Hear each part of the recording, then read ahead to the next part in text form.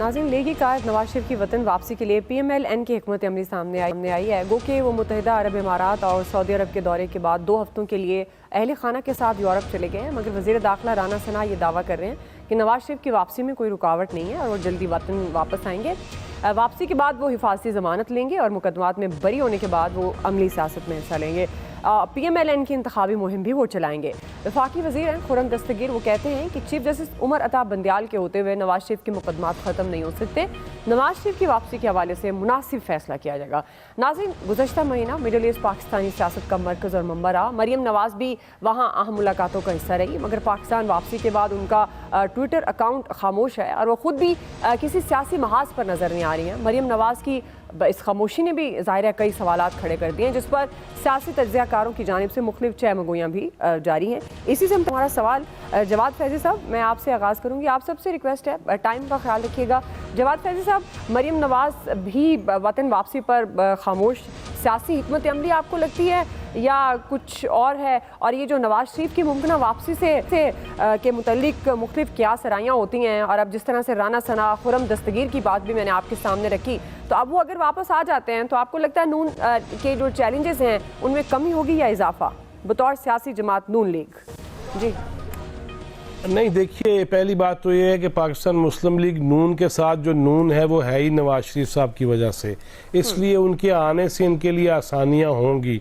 और दूसरी ये बात है कि जहाँ तक खुर्रम दस्तगीर साहब की बात है तो उसमें वज़न है कि उस बेंच का हिस्सा हों जनाब बंदियाल साहब, जिसमें सिसिलियन माफिया की बात की जाए, जिसमें गॉड फादर की बात की जाए, सब कुछ जानते हुए, सब कुछ देखते हुए, उसके बावजूद यहाँ तक फैसले आ जाएं, नाअहल करार दे दिया जाए, तो किस तरह। और फिर अभी चंद दिनों में भी तो हमने देख लिया ना कि एक और महात्मा वो जब आए तो किस तरह मर्सिडीज पे बुलाया जा रहा है, रोका जा रहा है, गिरफ्तारियों से रोका जा रहा है। तो अभी भी वो चीजें तो वाजे हैं। वो खुर्रम दस्तगीर साहब की बात तो ठीक है। जहां तक आपने मरियम नवाज साहबा की बात की है तो डेफिनेटली हिकमत अमली है, और मेरा ख्याल है, जो मेरी अपनी मुझे जो इतलात है कि जब ये मामला शुरू होगा इलेक्शन का तो डेफिनेटली उनका किरदार भी सामने आ जाएगा। अभी चूंकि चंद दिन है और मामला चूंकि वजीर आजम साहब के हाथ में है, वो सदर है पाकिस्तान मुस्लिम लीग नून के, तो अभी वो ये नहीं चाह रही कि कोई ऐसी बयानबाजी हो जिससे मामला जो है तंजीम के हवाले से, जिस तरह आपने अभी खुद फरमाया दुआ कि 6 मगोइयां हो रही हैं, 6 मगोइयों से बचने के लिए ही खामोशी है। लेकिन इसमें तो कोई शक नहीं है कि जब ये इंतखाबी मुहिम चलेगी तो मरियम नवाज का जो किरदार होगा वो कलीदी किरदार होगा। और जिस तरह वो खिताब करती हैं या उनके लिए लोग आते हैं जलसों के अंदर, तो वो उनका किरदार तो बड़ा मरकजी हैसियत का आमिल होगा। लेकिन असल चीज ये है कि क्या ये मौजूदा हालात में एक रिटायरमेंट का इंतजार करना वो मुस्लिम लीग नून के हक में बेहतर है? सही है जी। आप क्या समझते हैं इस बारे में रमीज साहब? देखिए, बुनियादी बात यह है कि अगर ये आर्गूमेंट मान लिया जाए कि बंदियाल साहब जो हैं उनके होते हुए कोई कंड्यूसिव एनवायरनमेंट नहीं मिल सकता, कोई फेवरेबल एनवायरनमेंट नहीं मिल सकता, तो फिर दूसरा बड़ा सवाल ये बनता है कि मियां शहबाज शरीफ साहब के केसेस किस तरह खत्म हो रहे हैं। उनके केसेस भी तो उसी दौर में खत्म हुए हैं। बाकी PMLN के जो केसेस हैं वो किस तरह से अपने मंतकी अंजाम को पहुंच रहे हैं, और मंतकी अंजाम भी क्या, राना सनाउल्लाह साहब जैसे केसेस हैं जिसके अंदर कंप्लेनेंट अपनी कंप्लेंट ही वापस ले लेता है, ये सारा कुछ भी इसी जुडिशरी के नीचे हो रहा है। तो इसमें यह कहना कि जी मियाँ साहब को कोई रिलीफ नहीं मिल सकता, तो मैं अब ये समझने से बात कासिर हूँ कि कौन सा ऐसा एक्सेप्शनल है, या तो ये चाहते हैं कि उनको आते ही रेड कार्पेट ट्रीटमेंट दिया जाए और मियां साहब को हर किस्म की इम्यूनिटी प्रोवाइड कर दी जाए और ये कहा जाए कि आपको किसी केस में जेल नहीं भेजा जाएगा। क्योंकि देखिए, एक केस में तो उनकी बेटी को और उनके दामाद को जमानत मिल चुकी है, और वो जो एवनफील्ड का केस है उसके अंदर तो मियां साहब के लिए मामला बहुत आसान है। अल अजीजिया इनको कंटेस्ट करना पड़ेगा क्योंकि उसके अंदर मामला जो है इनको अपीलेट कोर्ट में ले जाने पड़ने हैं।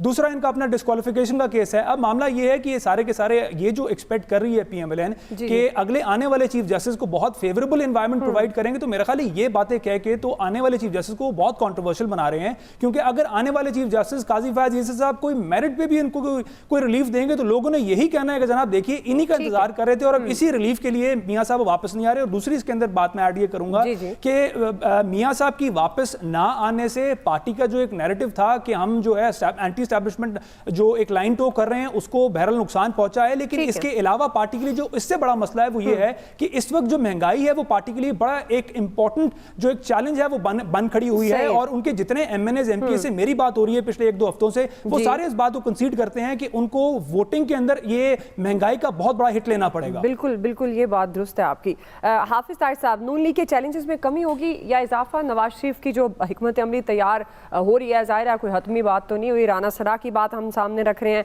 कि नवाज शरीफ वापसी के बाद वो आएंगे, हिफाजती जमानत लेंगे। खुर्रम दस्तगीर चीफ जस्टिस की मौजूदगी में कह रहे हैं कि नवाज शरीफ के मुकदमात खत्म होना मुश्किल है। देखें, बात यह है कि नवाज शरीफ साहब के आने से मुस्लिम लीग नवाज को तकवीयत मिलेगी, इसमें कोई शक नहीं है। लेकिन वो कहते हैं ना, बाज़ औक़ात नादान दोस्त जो हैं वो दाना दुश्मन से ज्यादा खतरनाक होते हैं।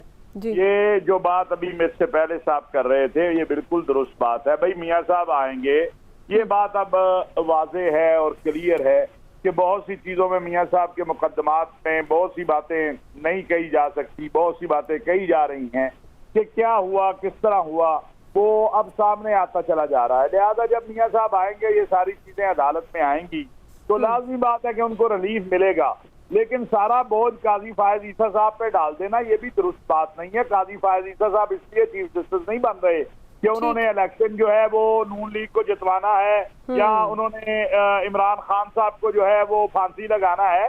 वो अपने जो उनकी बारी है उस पर वो चीफ जस्टिस बनेंगे। जो इंसाफ होगा, जो आयन कानून कहेगा वो करेंगे।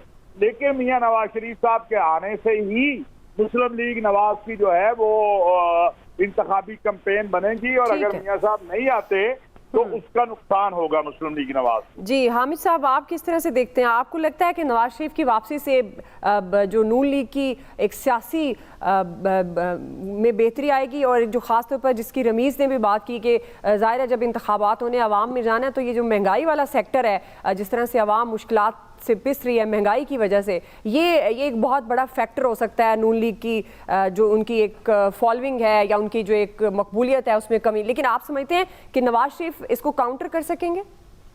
दुआ बात यह है कि मैं इस सारे को एक डिफरेंट पर्सपेक्टिव से देखता हूँ। वो ये है कि ये जो मुहिम हो रही है नवाज शरीफ साहब को लाने की, इससे एक बात वाज़ेह हो गई कि पाकिस्तान में नजरियाती सियासत नहीं है, पाकिस्तान में शख्सियत परस्ती की सियासत है। इसीलिए मुस्लिम लीग ये समझती है कि नवाज शरीफ साहब के आने से ही उनकी जो है वो साख बहाल होगी या वोट बैंक बहाल होगा। वहीं ये समझा जा रहा है कि इमरान खान साहब इलेक्शन से आउट हो जाए तो पीटीआई का वोट या पीटीआई खत्म हो जाएगी। वहीं 40-45 साल से भुट्टो को जिंदा रखा जा रहा है। यानी शख्सियात की सियासत के ऊपर अगर पाकिस्तान में तमाम इंतखाबी निजाम चलना है तो फिर हम क्यों नहीं ये बात करते कि पाकिस्तान में आज इख्तियाराती यानी डिक्टोरियल या अथॉरिटेटिव निजाम हुकूमत ही कामयाब होगा। क्योंकि बात यह है कि हुआ क्या पाकिस्तान में, हुआ ये कि शख्सियत परस्ती के नतीजे में ना तो सही तरह से लोअर ग्राउंड के ऊपर सियासतदानों की कोई तरबियत हुई, ना ही उनके ग्रास रूट के ऊपर हमें कोई सियासतदान निकलते नजर आए। मेरा ख्याल ये है कि नवाज शरीफ साहब के आने से बिल्कुल कंटेस्ट तो बनेगा, लेकिन अगर नवाज शरीफ साहब ये एक्सपेक्ट करते हैं कि इसहाक डार साहब की तरह उनको एक इंतहाई रेड कारपेट ट्रीटमेंट दिया जाएगा और सब कुछ होगा, तो ये अवाम के सामने होगा और चीफ जस्टिस के ऊपर बहुत बड़ा बर्डन होगा। मेरा ख्याल है चीफ जस्टिस साहब इतना बड़ा बर्डन इतने आराम से नहीं उठाएंगे। जी डॉक्टर साहब, डॉक्टर जमील साहब। हकीकत पसंद आना चाहिए। आइडियली तो जाहिर है जमहूरियत में बहुत सारी और रिक्वायरमेंट्स हैं वो पूरी होनी चाहिए, कानूनी, आईनी, अवामी, ये सारी रिक्वायरमेंट पूरी होनी चाहिए। हकीकत ये है कि मरूसी सियासत है, हकीकत ये है कि शख्सियत की सियासत है, हकीकत यह है कि कई दहाइयों से मुल्क इसी तरह चल रहा है, और हकीकत यह है कि नवाज शरीफ जब आएंगे तो कानून जो इस वक्त मौजूद है, जो कि जिसके तहत 98% लोग जेलों में जो हैं वो एक गरीब और बहुत जैसे पिछे हुए लोग ज्यादातर जेलों में भरे हुए हैं। जो 2% लोग हैं जो बहुत सारे कानून तोड़ते हैं और बड़े बड़े कानून तोड़ते हैं, अरबों के लिए पैसे बना जाते हैं, वो ज़ाहिर है क्रिमिनल जस्टिस सिस्टम जो हमारा है वो उनके फेवर में होता है। तो अब आ जाते हैं मोहतरम जनाब नवाज शरीफ साहब की शख्सियत पर।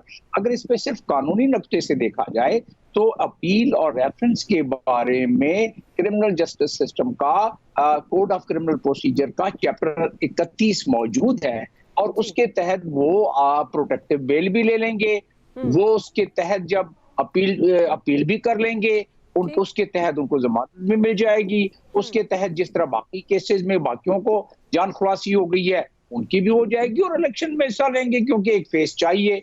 जो अभी महंगाई और ये जितनी मुसीबतें पड़ी हुई हैं आवाम पर, तो कम से कम एक चेहरा चेंज हो जाएगा।